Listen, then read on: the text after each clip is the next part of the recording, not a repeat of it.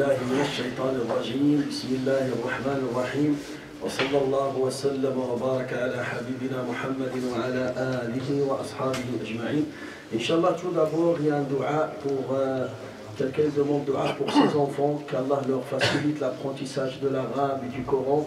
Allahumma yassir lahuma ya rabbal alamin. Allahumma yassir li awladihi ta'allum al-arabiyya wa ta'allum al-Qur'an wa yassir li awladina jami'an wa banatina wa banati al-muslimina ta'allum al-lughati al-arabiyya wa ta'allum al-Qur'an wa ta'allum ad-din ya rabbal alamin walhamdulillahi rabbil alamin. أيها الإخوة الكرام، لا زلنا نتكلم عن التوبة الصادقة أو التوبة النصوح، وبدأنا وتحدثنا عن توبة الأنبياء، وبعد ذلك شرعنا في الحديث عن توبة المؤمنين. ولكي نجلي هذا الموضوع بدأنا بذكر قصة وقعت في عهد النبي صلى الله عليه وسلم للصحابة الكرام، والصحابة هم من المؤمنين بل من المؤمنين الصادقين.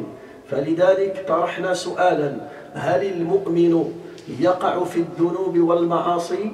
فقلنا نعم، المؤمن قد يقع منه بعض الأخطاء بعض الذنوب، ولكن المؤمن يسارع إلى التوبة اقتداء بالرسل والأنبياء. إن شاء الله mes frères, toujours on parle sur le repentir sincère. Et on a parlé sur le repentir des prophètes et des messagers d'Allah, et on a raconté des histoires dans le Coran qui parlent sur le repentir des messagers et des prophètes d'Allah Azza wa Jal. Après, on va parler sur le repentir des croyants. Et on a posé la question: est-ce que le croyant, il peut commettre des péchés? Et on a dit la réponse oui. Le prophète alayhi salatu wa salam, il nous dit dans un hadith qui est clair: Kullu bani adama khata, chaque être humain fait des fautes. Et là, le prophète sallallahu alayhi wa sallam, quand il dit chaque être humain, il a généralisé.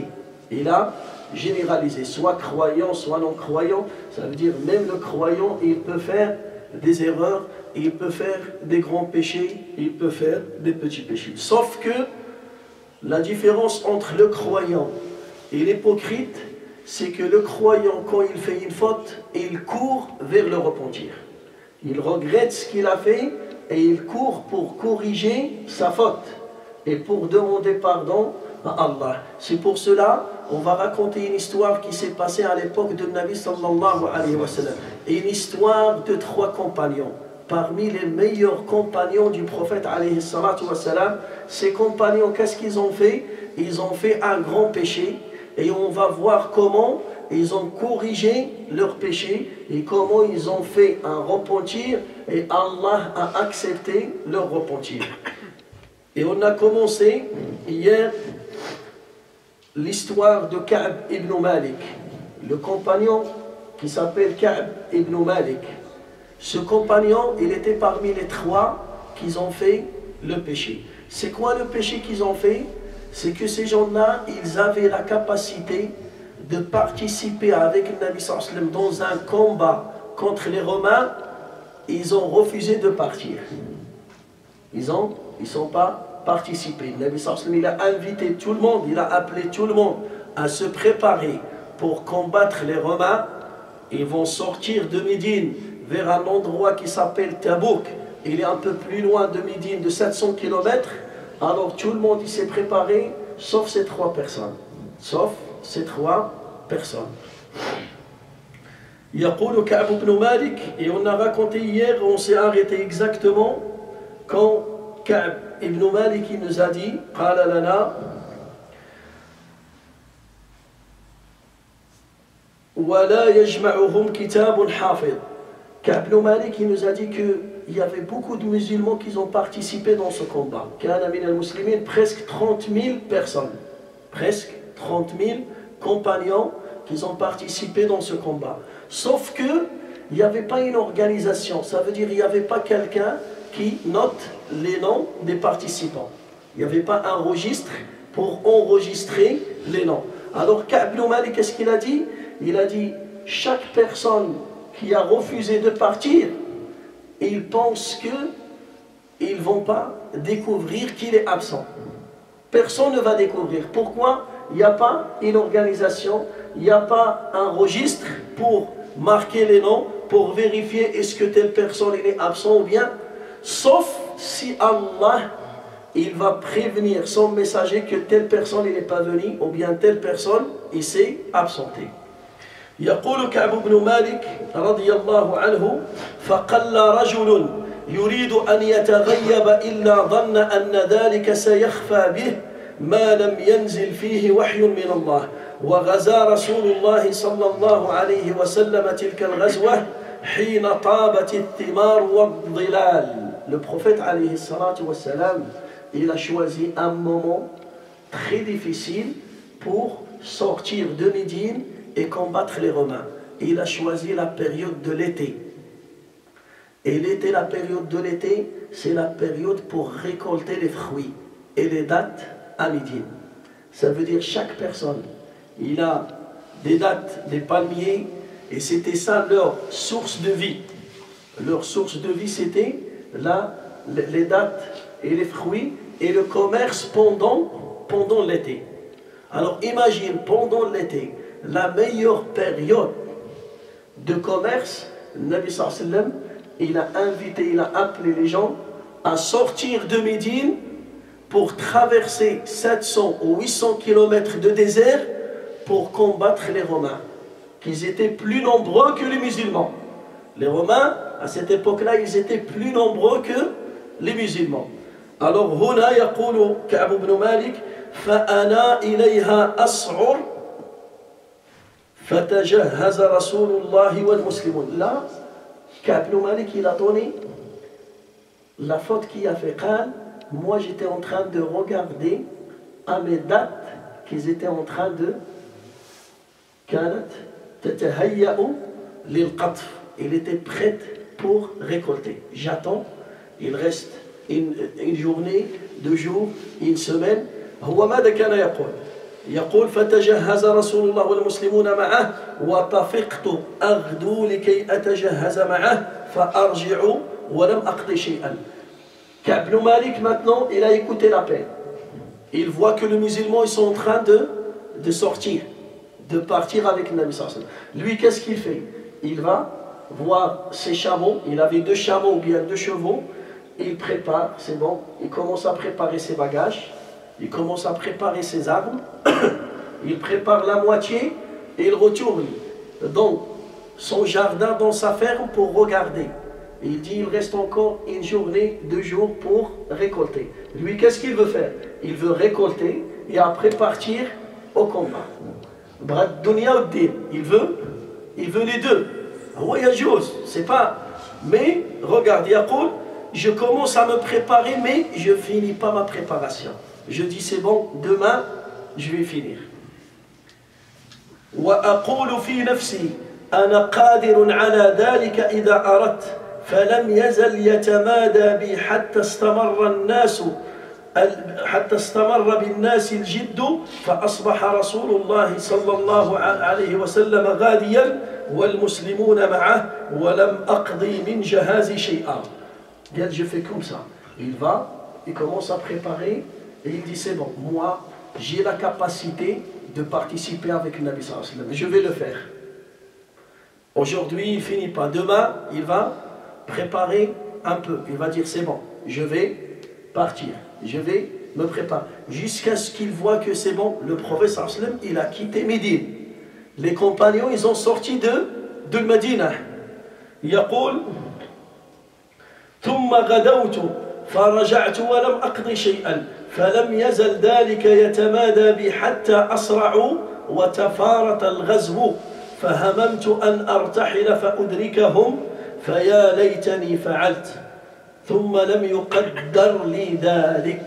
يقول c'est bon, aujourd'hui je me prépare, j'ai pas fini la préparation, demain, après-demain, jusqu'à ce que c'est bon, le prophète sallallahu alayhi wa sallam et les compagnons, ils ont quitté Médine. Il y a 2 jours ou 3 jours qu'ils ont, et moi, j'ai rien préparé. Il prépare, il va voir la ferme, il voit les dates, il manque encore 2 jours, 3 jours. 2 jours, 3 jours, j'attends, demain. فماذا يقول؟ Lui, qu'est-ce qu'il dit? Il dit, moi j'ai 2 chevaux, ou bien 2 chameaux, et je suis tout seul. Ça veut dire, je peux courir, même si ils vont me devancer par 2 ou 3 jours, je peux les rattraper. Parce que quand tu marches avec le groupe, tu dois suivre le plus faible des groupes. Ça veut dire, tu marches doucement. Mais quand tu es tout seul, et tu as 2 montures, tu peux monter sur ce chameau, et après la moitié du trajet, tu montes sur l'autre. Il a dit, c'est bon, j'ai la capacité. وَهَذَا مَا يُسَمِّيهِ الْعُلَمَاء الْإِتِّكَالُ أَوْ طُولُ الْأَمَلِ دُونَ الْحَذَرِ. Le musulman, des fois, qu'est-ce qu'il va dire? Ça nous arrive par exemple dans Salat Subh. Dans Salat Subh, le réveil il sonne. Le réveil il sonne. Il est à 6h30. Le réveil sonne à 6h moins quart. Tu vas dire, c'est pas grave, je vais rajouter 5 minutes. J'ai 5 minutes de route. En voiture, j'ai 5 minutes, 10 minutes. Et surtout le matin, si vite, après, et il est 6h10. C'est pas grave, il reste encore 30 minutes. Et tu te lèves par exemple à 6h20. Il te reste 10 minutes. Tu vas dire, c'est bon. Tu te lèves, tu fais le wudu, et après tu vois, il reste 5 minutes. Je ne peux pas. Peut-être ils ont déjà fait. Imagine, tu sors, c'est bon, tu as le temps d'arriver, tu veux démarrer la voiture, il ne démarre pas. Toi, tu as posé ta confiance sur ta voiture. J'ai une voiture, il démarre vite, essence, je n'ai pas besoin d'échauffer. Bon, un premier, deuxième, je suis là-bas, c'est bon. Ou bien, la voiture, elle démarre, mais tu passes, ils sont en train de faire des travaux. Ou bien un camion qui ferme et tu ne vas pas. Et ça, c'est le piège de Shaitan. Il dit que c'est bon, tu as le temps, tu as la capacité de partir doucement, tu vas le faire. Ça nous arrive aussi pour le Hajj, pour le pèlerinage. C'est pas grave, cette année tu n'es pas parti, c'est bon, l'année prochaine, Shabbat, tu vas partir. L'année prochaine, tu vas partir. Attends, tu vas te marier. Attends, tu dois construire une maison au bled. Attends, tu dois marier les filles. Tu dois marier les garçons. Attends, jusqu'à ce que tu deviens un vieux, tu ne peux même pas marcher. Tu ne sais même pas ce que ça veut dire, c'est le Hajj. Et tu vas là-bas et tu vas tourner gauche à droite, si tu peux partir. Ou des fois, des gens, ils ne vont jamais partir. Ils avaient les moyens de partir, mais un shaitan, le diable, il les a empêchés de partir. Je vais partir, je vais faire. Et c'est ça ce qui s'est passé à Ka'b ibn Malik. Il dit, j'ai 2 montures, je vais faire. J'attends, demain, je vais faire. Après, je vais faire. C'est pas grave, même s'ils m'ont dépassé, je vais arriver, je vais le faire. Yaqul, wa ma qaddara Allahu lid-dahab. Et j'ai raté l'occasion de partir avec le Nabi sallallahu alayhi wa sallam. Et là, il n'a pas d'excuse. Il avait les moyens de partir, il avait sa santé, l'argent pour participer, et il a raté l'occasion.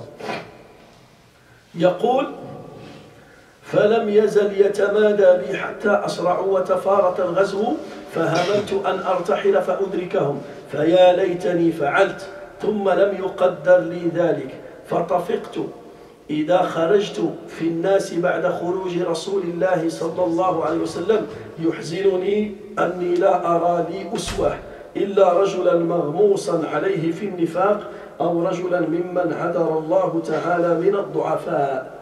Maintenant, tout le monde est parti. Ka'b ibn Malik, maintenant, il est resté à Médine, Madina. La chose qui m'a fait triste, qui a brisé mon cœur, quand je sors de chez moi, je vais à la mosquée, ou bien je vais au marché, ou bien je tourne dans les rues de Médine, je vois qui à Médine? Je vois les femmes, les enfants, les handicapés, les gens qui n'avaient pas la peau, ou bien les hypocrites. Et je vois les hypocrites qui n'ont pas participé. Et ça m'a brisé mon cœur. Pourquoi? Parce qu'il n'y a personne croyant, jeune, tout le monde a participé. Quand il sort, il fait un tour à Médine, c'est bon. ils sont une tristesse, ils commencent à regretter. Ils commencent à regretter ce qu'il a fait. Là, ils commencent à sentir la faute. Et ils commencent à sentir qu'il est tombé dans le piège de Shaitan. Tu sors et tu vois que les vieux, les gens malades, les handicapés, les femmes et les enfants, ou bien les hypocrites. Ça veut dire, toi, tu n'es pas un enfant, tu n'es pas une femme, tu n'es pas un handicapé, et tu dis que tu n'es pas un hypocrite. Alors pourquoi tu es resté? Pourquoi? Il commence à faire des reproches à lui-même. Il commence à regretter, il commence à sentir une tristesse. Écoutez celle-là, يقول ولم يذكرني رسول الله صلى الله عليه وسلم حتى بلغ تبوك. Et le Nabi sallallahu alayhi wa sallam, subhanallah, il n'a pas parlé de Ka'b. Jusqu'à quand ils sont arrivés à cet endroit qui s'appelle Tabouk, ils se sont installés, le Nabi sallallahu alayhi wa sallam, il va demander les nouvelles de Ka'b. يقول فقال وهو جالس في القوم بتبوك ما فعل كعب بن مالك. Il était avec les compagnons du Nabi sallallahu alayhi wa sallam. Il est où Ka'b ibn Malik? Il est où Ka'b? Parce que Ka'b, il était parmi les proches du prophète sallallahu alayhi wa sallam. Il faut savoir que ce compagnon Ka'b, il était un roi à Médine avant l'arrivée de Nabi sallallahu alayhi wa sallam. C'était le roi, c'était lui le président de Médine, c'est lui le gouverneur, Huwa al-Malik. Ça veut dire qu'il était connu, il avait une place, une grande place chez les Médinois, chez les gens de Médine. Enfin, le Nabi sallallahu alayhi wa sallam, il demande, il est où Ka'b ibn Malik? Écoutez, qu'est-ce qui va se passer là? يقول فقال رجل من بني سلمة, un homme d'une tribu qui s'appelle Banu Salama من مدينة, فقال يا رسول الله حبسه برداه والنظر في عطفيه. Tu sais, ya Rasulallah, qui a empêché Mu'ad de venir, c'est ses vêtements, parce que Mu'ad ibn Jabal, Ka'b ibn Malik, c'était quelqu'un qui était propre dans ses habits. Il habille des habits neufs, des habits chers. On a dit il était un roi. Ça veut dire, son apparence, quand tu vois Ka'b ibn Malik, tu dis que c'est un homme riche. Directement, dans son apparence, tu vas dire, non, le costume, ou bien le qamis, minimum, il coûte 200 €. Les baskets, minimum, tu vois que c'est quelqu'un qui est riche. Alors, Qallo, c'est ses vêtements qui l'ont empêché de venir. Il est en train de regarder ses vêtements et de regarder ses épaules. Là, cet homme-là, qu'est-ce qu'il a fait là? Il a accusé Ka'b ibn Malik. C'est ça la médisance. La médisance, qu'est-ce que ça veut dire la médisance? C'est le fait de parler de quelqu'un par des mots qu'il déteste. Lui, Ka'b ibn Malik, s'il était présent, il ne va pas aimer ce qu'il dit, ce monsieur-là. Qui va écouter ça? Mu'ad ibn Jabal. Mu'ad ibn Jabal, il était là. فقال معاذ رضي الله عنه بئس ما قلت والله يا رسول الله ما علمنا عليه إلا خيرا. Mu'ad ibn Jabal, il dit à ce monsieur-là, il lui dit, qu'est-ce que tu dis là? C'est pas bien de dire ça. Wallah ya Rasulallah, nous, on sait que Ka'b, c'est quelqu'un de bien. Qui l'a empêché de venir, Allahu A'lam, on ne sait pas. Mais nous, on sait que c'est quelqu'un de bien et c'est un croyant qui aime Allah et qui aime son messager. Huna, l'ulama yatakallamuna 'an al-ghayba. Les savants, ils parlent de l'ghayba. Est-ce que le fait de parler de quelqu'un dans son absence par des mots qui n'aiment pas, est-ce que c'est haram ou pas? Le fait de parler de quelqu'un, il est absent, et de critiquer cette personne, ou bien de dévoiler son mauvais comportement, est-ce que c'est haram ou pas? Hein? C'est haram. Mais il faut savoir qu'il y a 6 choses qui sont halal. Al-ghayba haram illa fi sittati mawadi'. Des fois, tu as l'autorisation de parler de quelqu'un dans son absence et c'est halal, c'est pas haram. Yaqul ahad al-ulama, un savant, il a rassemblé les 6 dans des vers de poésie. في أبيات شعرية يقول القدح القدح القدح تقدح فلان ça veut dire tu le critiques. القدح ليس بغيبة في ستة متظلم ومعرف ومحذر ومجاهر فسقا ومستفت ومن طلب الإعانة لإزالة منكر. Je vais répéter. القدح ليس بغيبة في ستة متظلم ومعرف ومحذر ومجاهر فسقا ومستفت ومن طلب الإعانة في إزالة منكر. Inch'Allah, on va arrêter là et demain on va expliquer les 6 choses qu'on a le droit de parler et c'est pas une ghaiba et c'est pas la médisance. Et on va arrêter là et demain on va s'expliquer. Allahumma allimna ma yanfa'una wanfa'na bima 'allamtana wa zidna ilman ya rabbal alamin walhamdulillahi rabbil alamin.